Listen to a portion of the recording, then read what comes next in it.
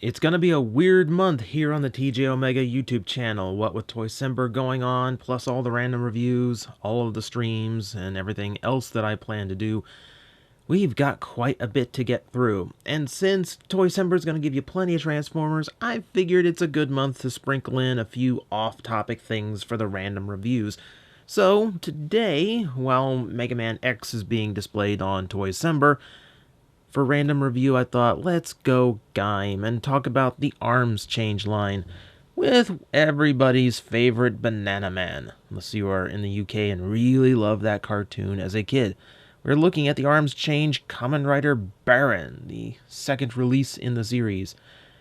Now, of course, he doesn't quite look like Baron yet because we're looking at the base figure before we actually attach any of the gimmicks, because we kind of have to talk about this in a certain order. I'll give you a look at the head now because it's going to change, and yeah, it doesn't look entirely Baron yet. The face is there, but there's some pretty obvious things missing now, aren't there? So yeah, the whole aesthetic of Baron is the medieval European knight, and I love how the Gaim figures all had these different aesthetics going on from different warrior classes from all over the world. You can see the undersuit that rarely gets seen in the show, done up in a very nice chainmail design. Very nice and intricate. I like how these gimmick figures have been going in recent years. They used to be pretty junky, like compared to a Figuart, but the paint's gotten better, the articulation's gotten good, especially in the eyes. The segmented eyes are usually always there. And as you can see with like details like on the arms and thighs, they haven't been missing many details. Like outside of the belt, we'll say the belt is pretty plainly done up. They didn't even paint the knife's blade, which is kind of weird considering there's silver painted right next to it, guys. But whatever. You know, it's still a pretty nice representation. I find these gimmick figures are not Figuart level of quality and design and paint and all that, but they're still extremely good. They've gotten way better, and I find them perfectly acceptable and affordable alternatives if you just want a nice representation of a rider. I'm going to go ahead and give you the articulation. The neck has a decent ball joint, so it rolls and rocks in all your directions. Universal shoulders with a little bit of restriction, but nothing too out of the human range of motion. Bicep rotation, elbow that goes to the 90 degree. They still have the hinged hands on these guys. 2 fingers on one hinge, 2 fingers on another, so he can open, he can kind of have his hands cocked like he's holding a gun, that kind of thing. Waist rotation, which is actually pretty good on this guy. The belt doesn't really interfere with that range. The thigh swivel is, the thigh rotation itself and everything is a universal joint, a little bit restricted due to the bulk, just to make sure it still looked good. The thigh swivel, the proper thigh swivel, now that I'm speaking English good, yeah, it works all the way around, 90 degree at the knee, and a ball joint to rock the ankle in all directions. And hey, they even have the old school peg in the feet thing if you have a display stand that can hold that. So, articulation on this guy is pretty nice, but that's not the point of the toy.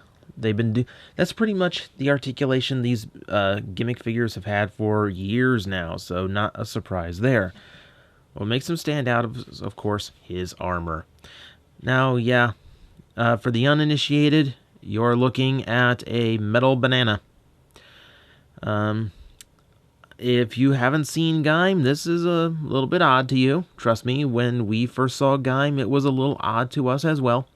And it is still rather odd. You can see here it's done up in the same gray plastic that you see on Baron's base form, but we have a lot of gold paint on here creating the skin of the banana, as well as a nice metallic sheen that I like. And you get the little bits of black on the 2 tips just to represent where the stems and everything were. It's a banana. Certainly is. Now, the whole point of these is you can latch this on to the top of the figure. And I'll have to readjust the camera for this so you can see everything properly. Up we go. Right there. Now, the whole point, as I said, is the armors can drop down just like they did in the show and combine onto him to form the rider we all know and love. So, we make sure we get this connected right. There are 2 hook and clasps on the side. So, I typically hook from the front and then clip to the back. But, it's however it feels more comfortable to you. So that's everything installed. So when we open this up and put his armor in the right positioning, oh yes, and that worked out quite nicely. This should look far more like Kamen Rider Baron to you now. I do really like the trick of that gimmick. I will say, getting the helmet on flush in that connection doesn't always work. It depends on how well it pegs. It pegs into this piece in the back in order to hold into place. And it really depends on how well of a connection you get on your figure in order for that gimmick to work. But here it works pretty well. Now we can give a close-up of the head. And he looks far more like Baron than he did before. This is way better. Now, one of the elements to this is the segmented eyes and the coloring, which you can see a little bit in there now. Yeah, the eyes or the visor of this toy, I should say, is clear plastic, while the backing here on the helmet is that segmented look and the color of the actual lenses from the show.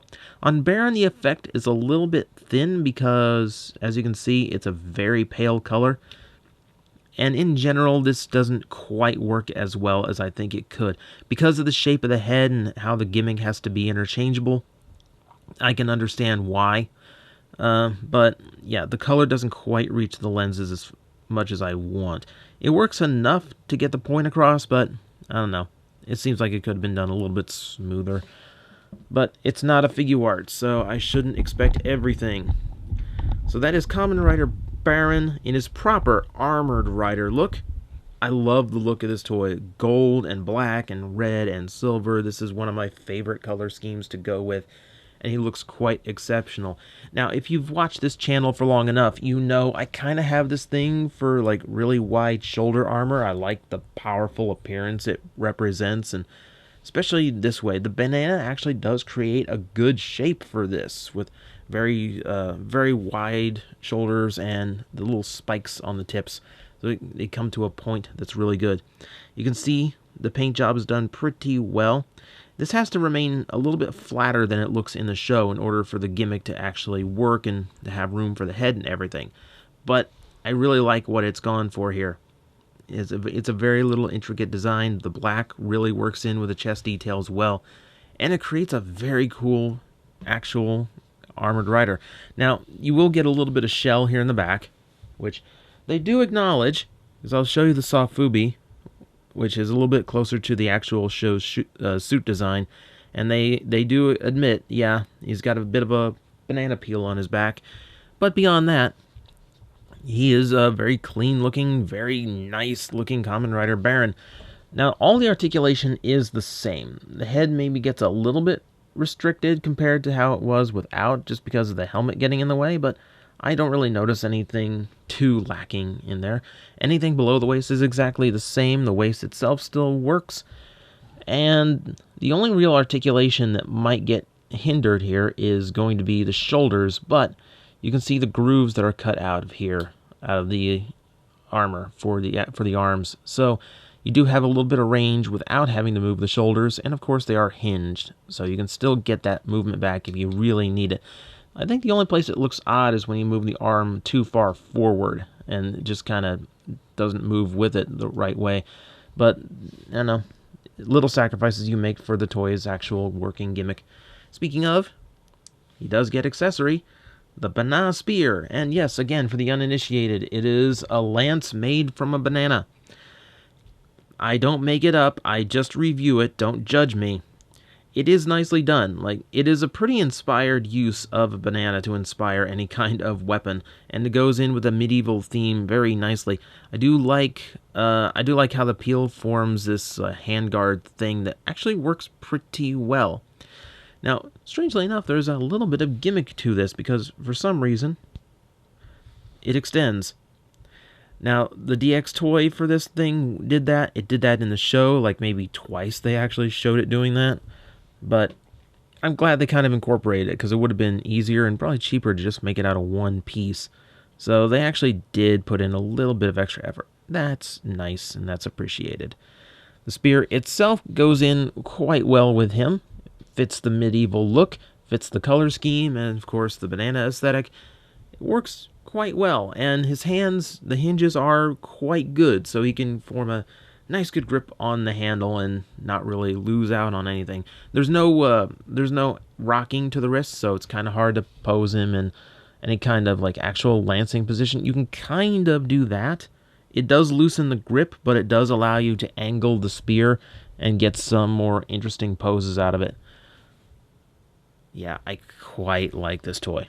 Really quite like this toy. So I will show you, the whole point of the Arms Change series is just like in the show, all the armor is interchangeable and yeah, very easily swapped back and forth. I'm not going to bother like folding it up every single time or else we'd be here all day, but I'll go ahead and show you. I did prepare Kamen Rider Zangetsu as my guinea pig for this one. We will go ahead and connect him so he can wear any of the other shells and they all kind of fit. It just depends on how well the color scheme works together, and I will admit, as far as guinea pigs go, this is probably not the best of choices because he does not really work with the melon aesthetic. But hey, it makes him look nice and Christmassy, so I guess that's a little bit more on point. But more to the point, Baron's armor itself is kind of magical in this toy line in that it works with just about everybody. The gray and the black and the gold, because there's no other clashing colors going on, really works well with the rest of this toy line. Especially, and this is why I picked Zangetsu, because it's my favorite. Now he's got the big four horns going. The gold works with the gold on his armor. Look how cool that looks. Man, I wish he stole the banana just once, just to actually have that appearance in the show. That's really kind of wicked. I love that.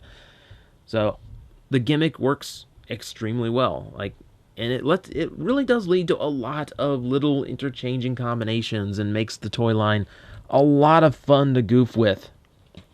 Just figuring out what armor looks good on who, and honestly, how awful you can make some combinations look, be it by color or just clashing design aesthetics.